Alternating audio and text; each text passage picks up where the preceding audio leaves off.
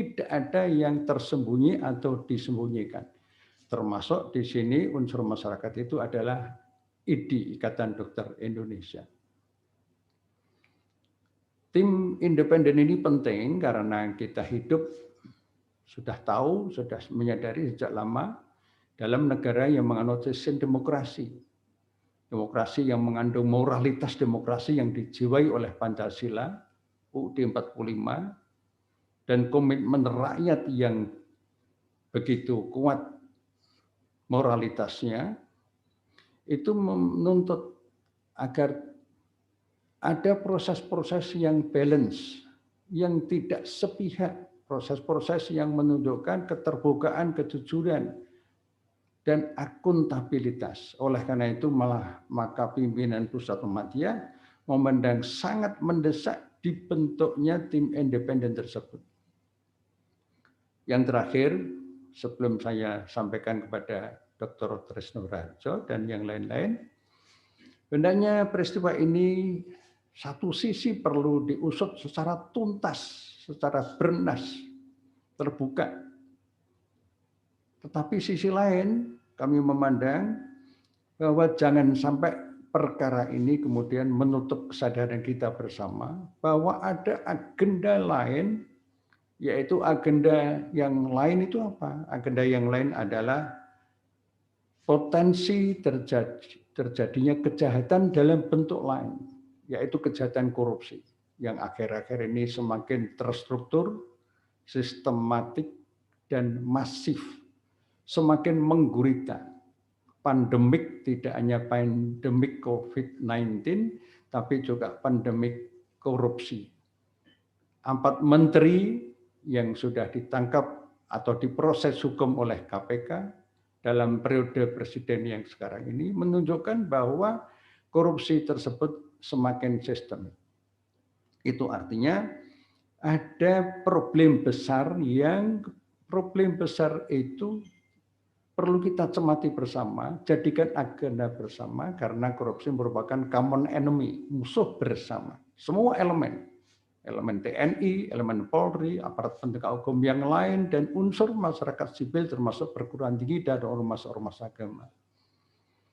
Sehingga jangan sampai kasus ini kemudian menyita perhatian sedemikian rupa sehingga melupakan atau membuat kita lengah terjadinya potensi korupsi yang semakin hari namanya semakin perlu pencermatan semua elemen sebagai tanggung jawab demokrasi, sebagai tanggung jawab rakyat, tanggung jawab demokrasi yang itu unsur demokrasinya termasuk elemen masyarakat sipil, sehingga kita tidak terkecoh dengan perkara ini, insiden ini yang tetap harus diusut sampai tuntas, tapi juga jangan sampai sekali lagi lengah terhadap agenda-agenda besar yang lain, problem-problem besar yang lain, korupsi yang memiskinkan rakyat,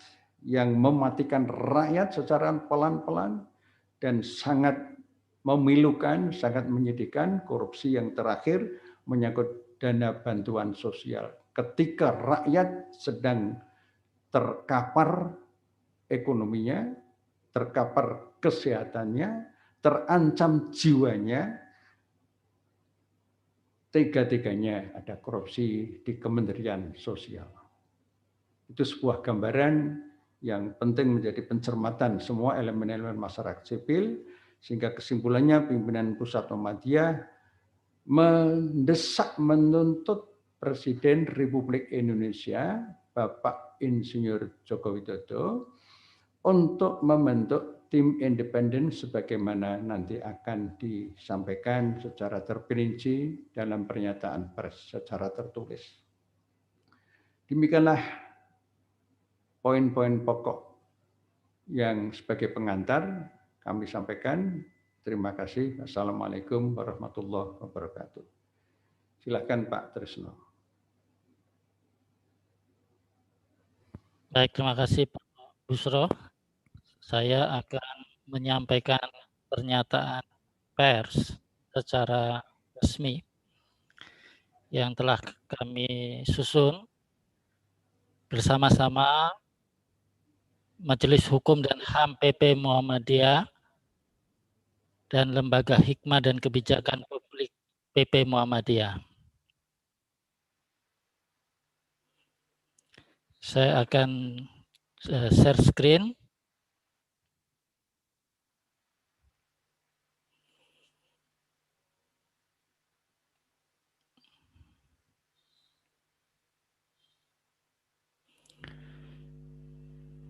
Pernyataan pers pimpinan Pusat Muhammadiyah, Bidang Hukum dan HAM dan Kebijakan Publik 8 Desember 2020.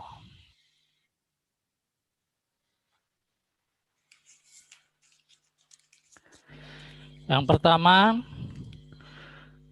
kasus meninggalnya 6 anggota Front Pembela Islam FPI di tengah persoalan bangsa yang masih dilanda pandemi COVID-19,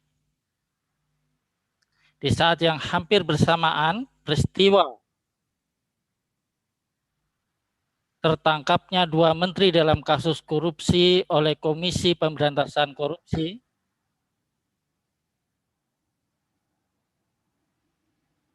serta penyelesaian peraturan pelaksana Undang-Undang Cipta Kerja yang masih berjalan dan berpotensi koruptif apabila tidak disusun dengan benar. Juga akan dilaksanakannya pemilihan umum kepala daerah secara serentak di beberapa wilayah di Indonesia yang pelaksanaannya terasa pincang di sana-sini terkait protokol kesehatan. Menjadikan catatan penegakan hukum di negara ini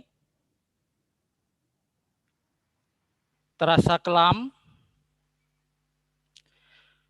karenanya saat ini perlu disikapi secara sungguh-sungguh oleh para pengemban kepentingan, khususnya para penegak hukum, guna menjaga pola penanganan perkara yang menghindari khususnya penggunaan kekerasan senjata api yang hanya sebagai upaya terakhir secara terukur sesuai SOP dan tepat sasaran sebagaimana hukum yang berlaku.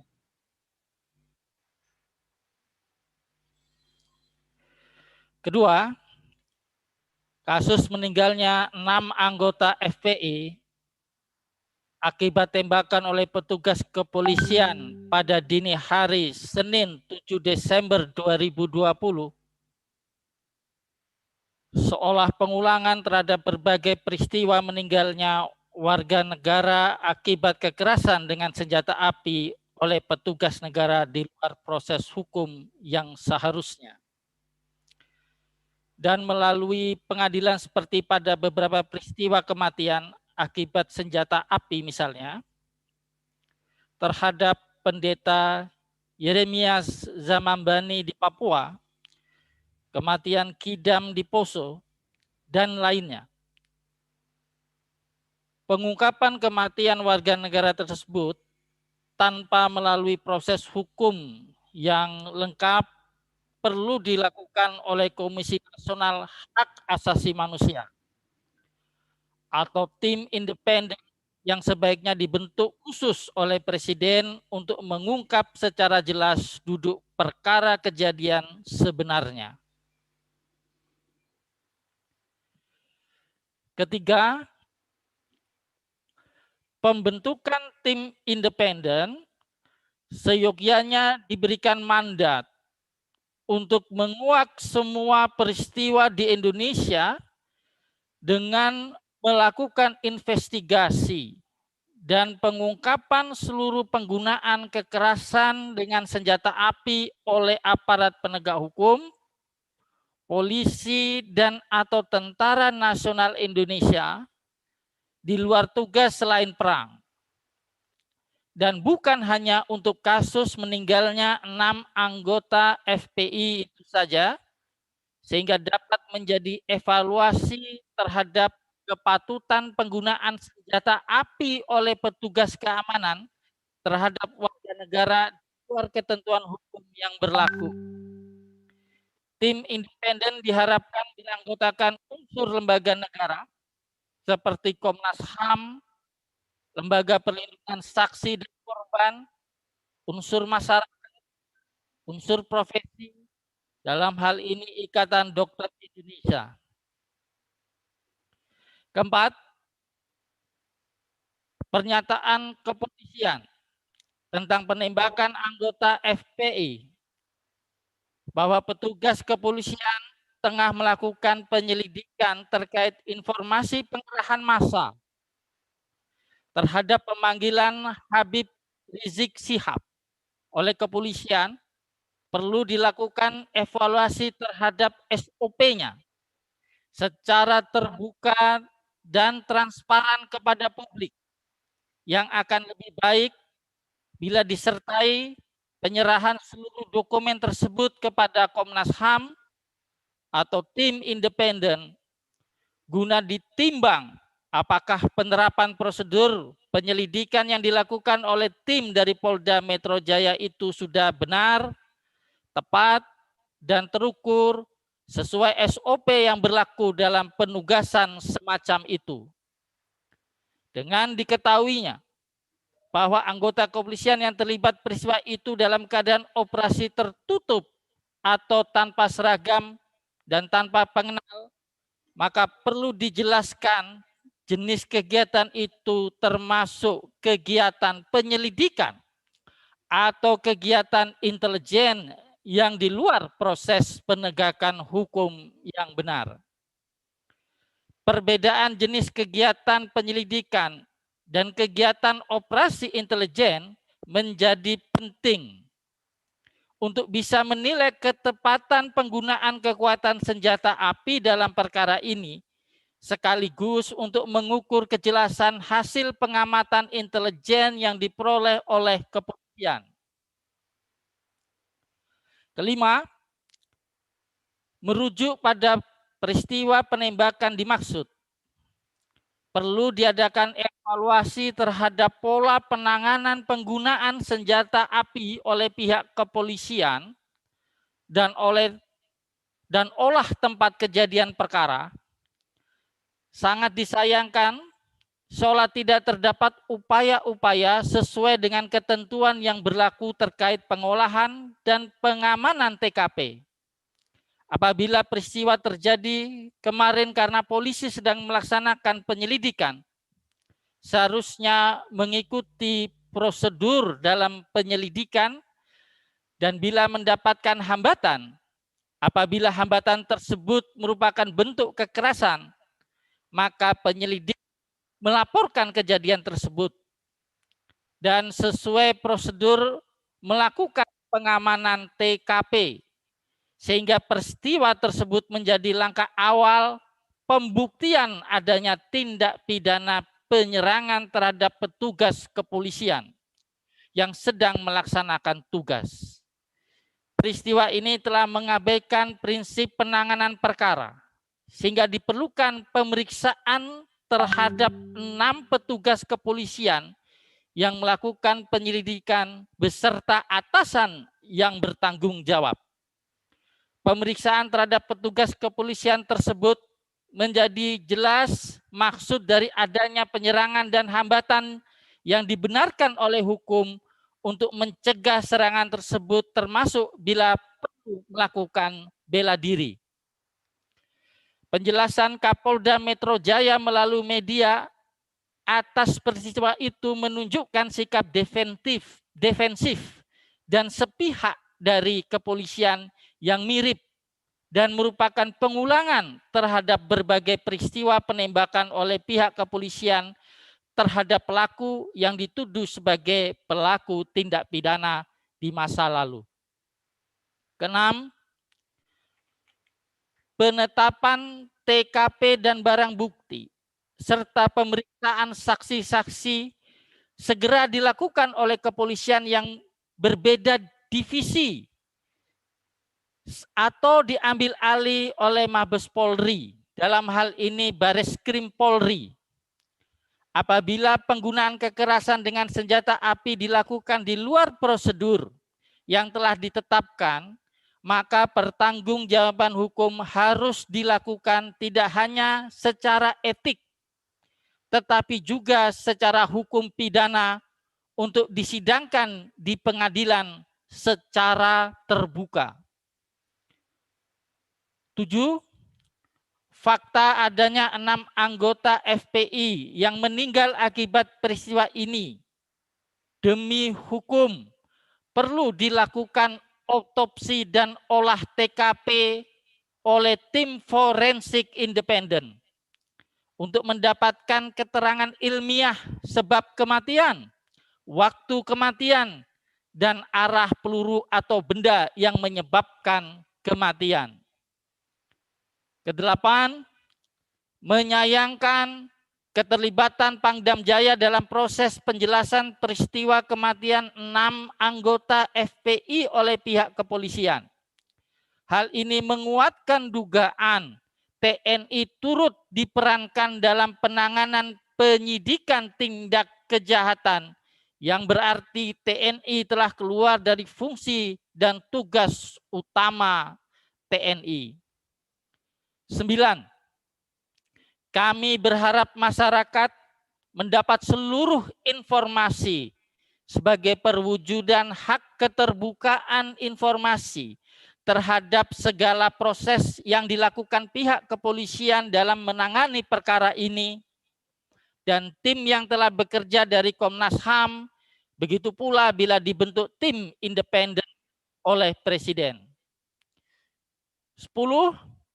Kami berharap masyarakat tetap tenang dan tidak terprovokasi oleh upaya apapun guna menjaga ketertiban dan keamanan bersama sambil menanti langkah-langkah yang pasti dari semua yang berkepentingan dengan penegakan hukum.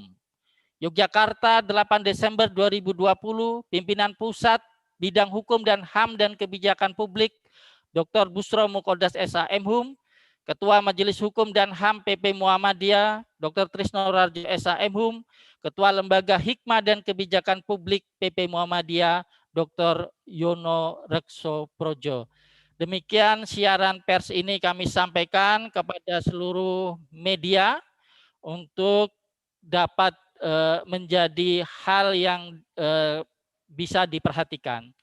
Selanjutnya kami persilahkan apabila ada hal yang perlu ditanggapi oleh media yang hadir di kesempatan kali ini. Saya kembalikan ke Pak Busro.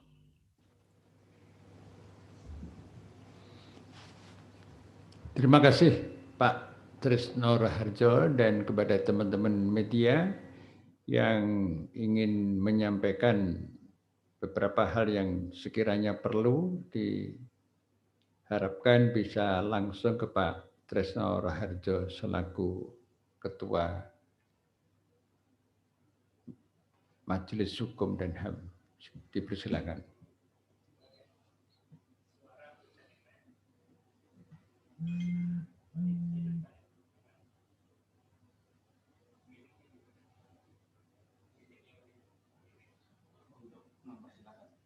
Iya, dipersilakan. Pak Trisno. Nah.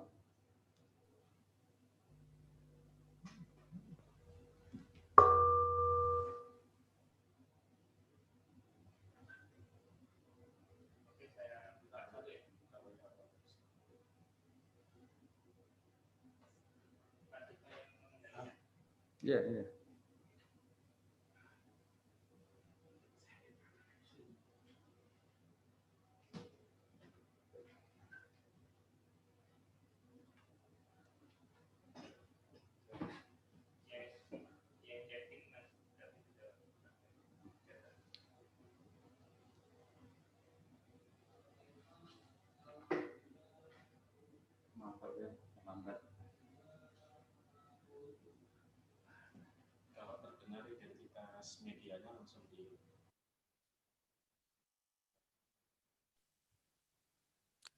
Baik, ada beberapa pertanyaan yang disampaikan melalui chatting. Saya akan menjawab. Ada pertanyaan menyatakan apakah akan dilakukan otopsi seperti zaman kasus Siono.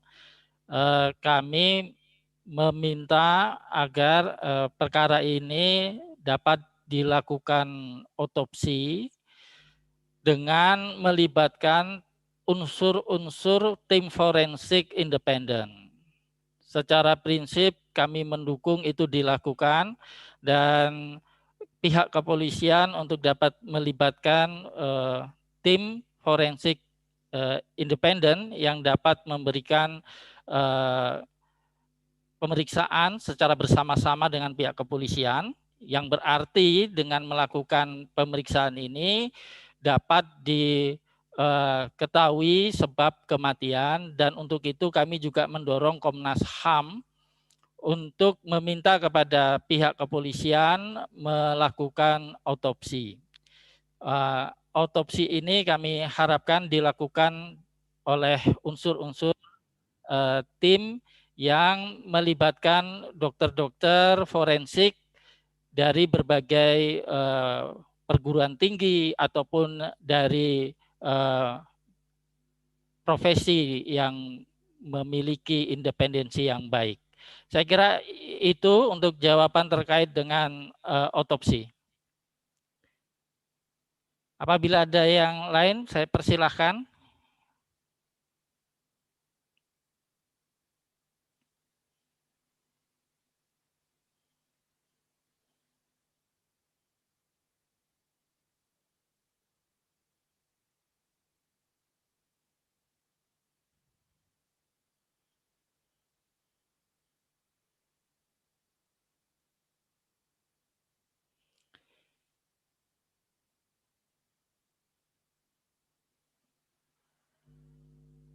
Baik, ada pertanyaan yang disampaikan melalui chat, apakah Muhammadiyah akan membentuk tim independen?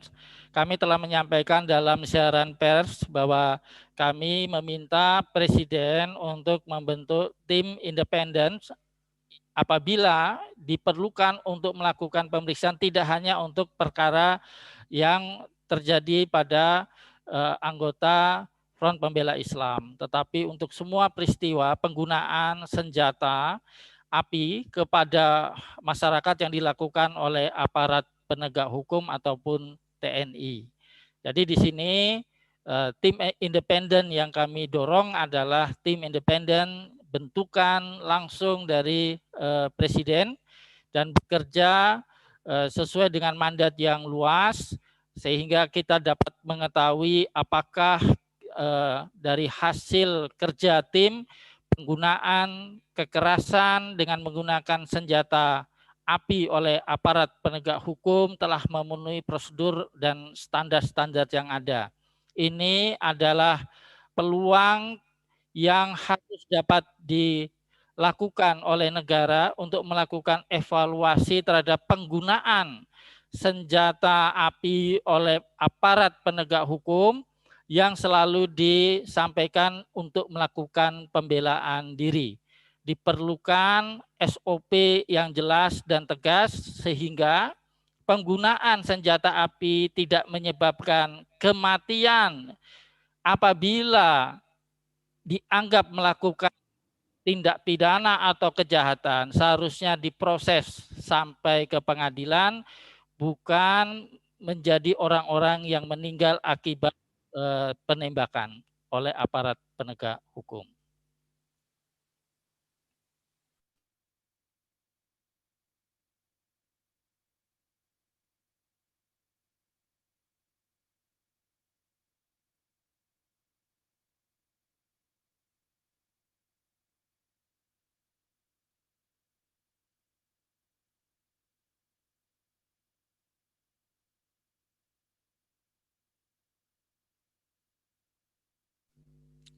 Berdasarkan pertanyaan yang disampaikan melalui chat, ada yang menanyakan apakah Muhammadiyah akan mendorong DPR misalnya untuk memanggil Kapolri maupun jajaran penegak hukum yang lain, maka kami ingin menyampaikan hal itu adalah pada tempatnya DPR melakukan hal tersebut karena merupakan kewenangan sebagai wakil rakyat untuk mengetahui duduk persoalan yang ada dan bisa ditanyakan langsung kepada Kapolri, dan kami sangat mendukung apabila Dewan Perwakilan Rakyat melakukan hal ini.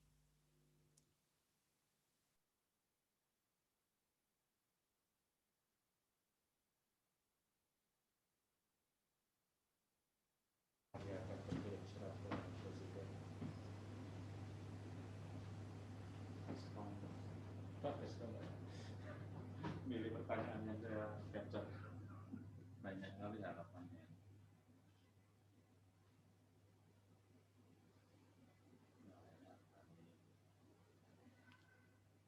Pertanyaan dari wartawan, Yang dari wartawan, yang dari PWM ditanwir aja.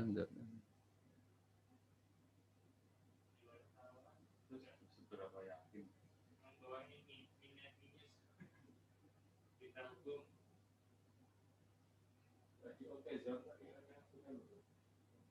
berita hukum itu Mustafa Nahra. Mustafa Nahra. Dan itu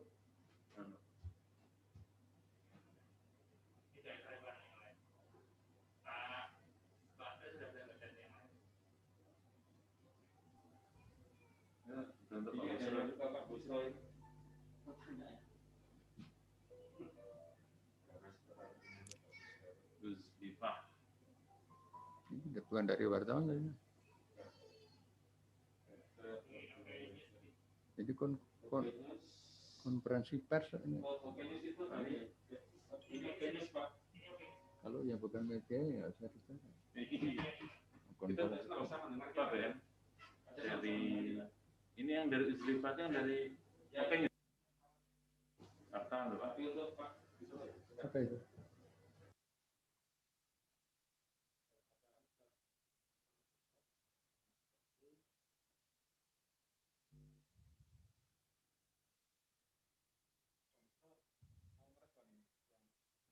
Bukan wartawan.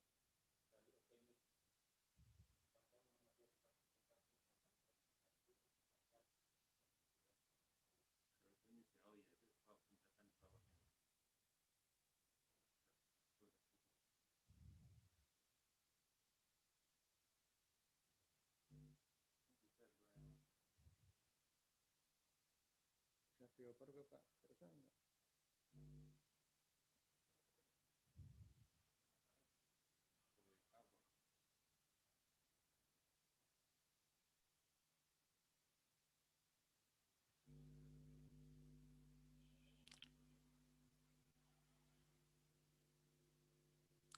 Baik, ada pertanyaan yang menanyakan apabila himbauan dari Muhammadiyah yang tadi disampaikan bidang hukum dan HAM kemudian tidak diindahkan oleh pemerintah ataupun pihak-pihak yang terkait, kami masih mempercayai bahwa apa yang kami sampaikan ini adalah sesuatu yang perlu dan pantas untuk dilakukan oleh negara untuk ditindaklanjuti.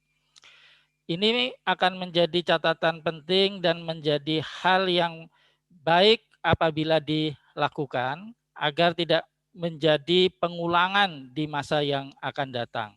Kalaupun hal itu tidak dilakukan, kami Muhammadiyah telah memberikan catatan-catatan, kami telah melakukan upaya-upaya yang nanti akan kami sampaikan terkait dengan hasil yang kami dapatkan dari juga melakukan upaya-upaya pendalaman terhadap berbagai kasus-kasus yang beberapa diantaranya kami tangani terhubung dengan penembakan oleh penegak hukum sebelum yang bersangkutan dibawa ke pengadilan.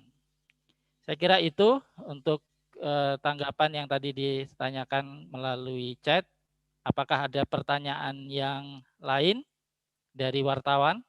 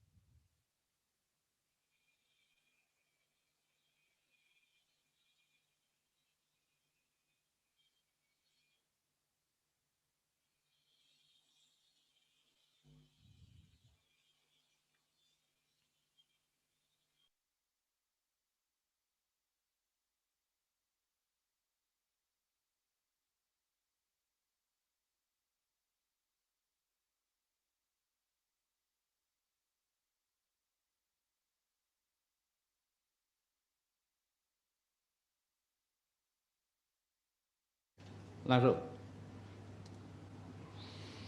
Ya, ini ada pertanyaan. Apakah pimpinan Pusat Muhammadiyah sudah atau akan bersafari silaturahim ke Komnas HAM dan para pihak terkait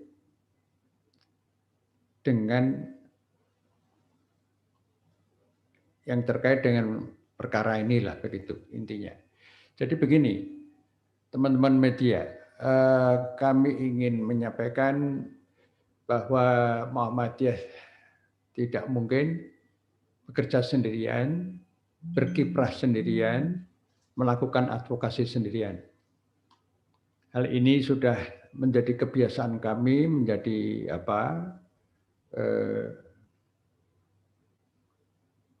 kepribadian kami, bahwa persoalan-persoalan yang menyangkut masyarakat dan negara itu menjadi persoalan yang perlu diletakkan dalam proporsi yang rasional. Yang rasional adalah bahwa pendekatan yang terkait dengan sinergi elemen-elemen masyarakat sipil menjadi penting. Salah satu contoh saja, ketika Saudara Novel Baswedan tanggal 17 April tahun 2017 yang lalu itu mengalami teror sehingga mata kirinya cacat seumur hidup, itu unsur pimpinan Pusat Muhammadiyah bersama-sama dengan unsur masyarakat sipil yang lain telah menyikapi kasus tersebut, teror terhadap Saudara Novel Baswedan itu, dengan mendesak kepada Presiden Joko Widodo saat itu untuk membentuk tim independen dengan melibatkan Komnas HAM, Komisi Nasional Hak Asasi Manusia Republik Indonesia. Desakan kami bersama-sama elemen masyarakat sipil kala itu ya tidak pernah digubris, atau dengan istilah lain betul-betul nyata-nyata telah diabaikan oleh Presiden Jokowi. Satu. Yang kemudian yang kedua, ketika ada peristiwa kematian Saudara Siono di Klaten, kami melakukan advokasi, di mana advokasi itu juga tidak kami lakukan sendirian, tapi kami bergandengan tangan dengan Komnas HAM Republik Indonesia dan berhasil melakukan otopsi bersama-sama dengan tim dokter forensik dari Perguruan Tinggi Muhammadiyah yang memiliki Fakultas Kedokteran. Dan hasil otopsi itu ternyata berbeda dengan apa yang disampaikan oleh pihak kepolisian waktu itu. Bertitik tolak dari antara lain dua hal tersebut, maka untuk kasus yang sepelik ini pun tentu kami juga akan bersinergi di antaranya dengan Komnas HAM, termasuk dengan lembaga-lembaga yang terkait lainnya. Saya kira begitu.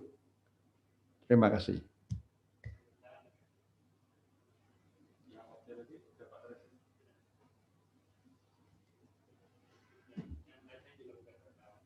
Baik, terima kasih Pak Busro. Kami persilakan kalau masih ada hal yang ditanyakan oleh media.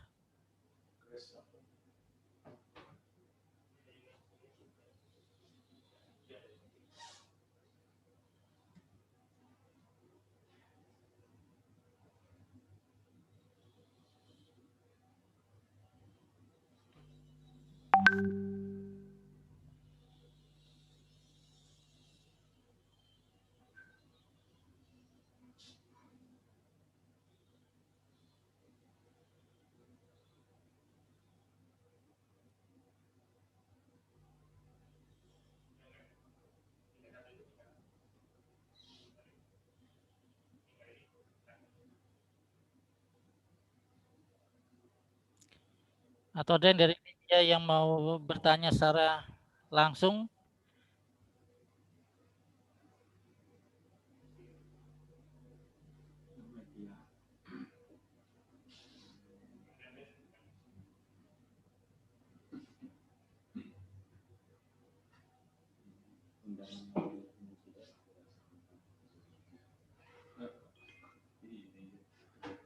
Semua merasa jadi reporter media sosial. Ayo, tutupnya. Baik, terima kasih. Kami telah menyampaikan siaran pers pimpinan Pusat Muhammadiyah bidang hukum dan HAM, dan beberapa pertanyaan telah kami respon. Apabila masih ada pertanyaan yang akan disampaikan, nanti media dapat bertanya langsung kepada saya terkait dengan isi pernyataan yang telah disampaikan. Saya kira demikian. Terima kasih saya ucapkan atas peran serta seluruh media yang menghadiri undangan kami di dalam pernyataan ini. Saya kira demikian. Kita tutup dengan sama-sama baca hamdalah. Alhamdulillahirabbil alamin. Saya kembalikan kepada host apabila akan ditutup. Monggo.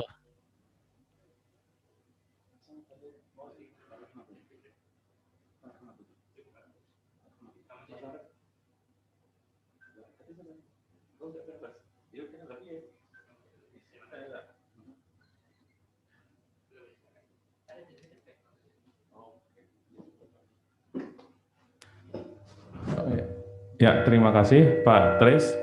Saya mewakili. Terima kasih kepada rekan-rekan media dan juga semua pihak yang hadir, dan juga terima kasih kepada Pak Busro Mukodas. Semoga press conference dari PP Muhammadiyah, Majelis Hukum dan HAM serta lembaga hikmah dan kebijakan publik ini dapat bermanfaat. Terima kasih. Nasrun minallah wa fathun qarib. Assalamualaikum warahmatullahi wabarakatuh.